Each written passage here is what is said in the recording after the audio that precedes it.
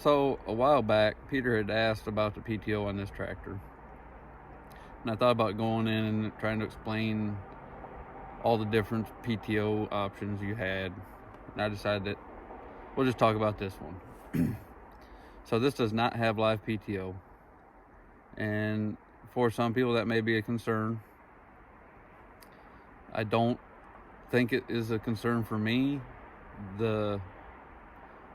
It's not like a 8N or 9N, the old Ford tractors, where if you were using a rotary cutter, that it would push the tractor whenever you would disengage the clutch. It does have a brake or overrunning clutch in the tractor itself, so it will not push the tractor. For me, it's not so much of a concern because the Kubota I had before was the same setup as this one. For some people, it may be a concern if you're running a snow blower, whereas you're backing up and you're wanting to stop and let the snow blower clear out before you go forward. So with this one here, you'll have to stop, put it in neutral, let out on the clutch, and let the snow blower clear. And then once it clears out, have to press in the clutch, put it back in gear, and go back and get another pass. So I can't think of anything else with this size tractor where it would be a whole lot of a concern, except for if you were using a rotary cutter and you were in some heavy grass that you were cutting and you decided that you wanted to go faster because you got out into a spot that was thinner, not as hard to cut through. It's not so much of a concern to just stop and press in the clutch, go into a higher gear and cut, and then when you get back into the thick stuff, press in the clutch and go to a lower gear. And for me, it's not a concern. I don't have a problem with it. Some people may.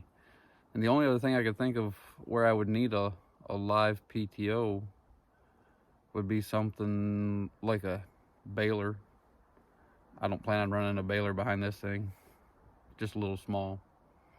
But I can show you guys what this does when you do disengage the clutch, and it will not push the tractor forward.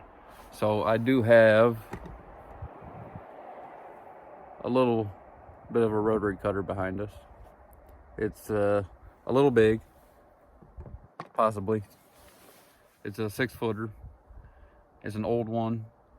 It doesn't cut that good. I think I need to sharpen the blades on it, but we'll run it and I'll show you guys that it will not push the tractor forward, because I think that's mainly one of the concerns I could think of with a non-PTO or a non-live PTO.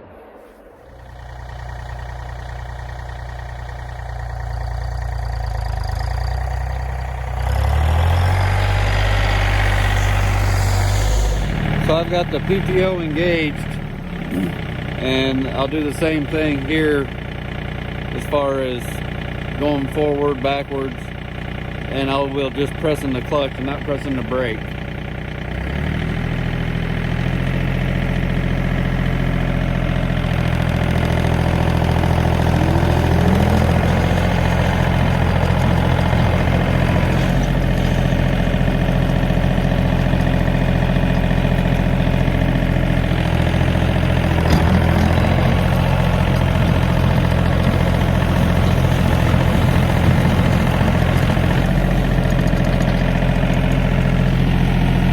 So,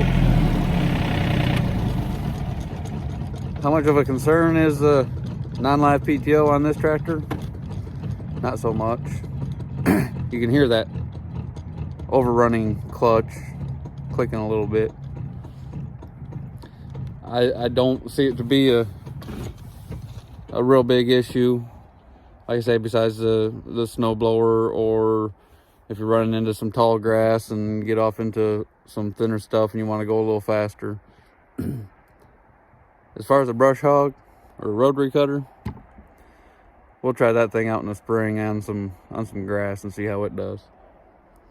But hopefully this will help a little bit as far as explaining or helping to see whether this tractor with the non-live PTO hopefully it helps. Like I say, that's, I guess, more of a personal opinion as far as if you wanted live PTO or not, or if you had a snowblower where you're going to be clearing driveways. And as far as PTOs, while we're on the whole subject, this tractor does not have a mid PTO.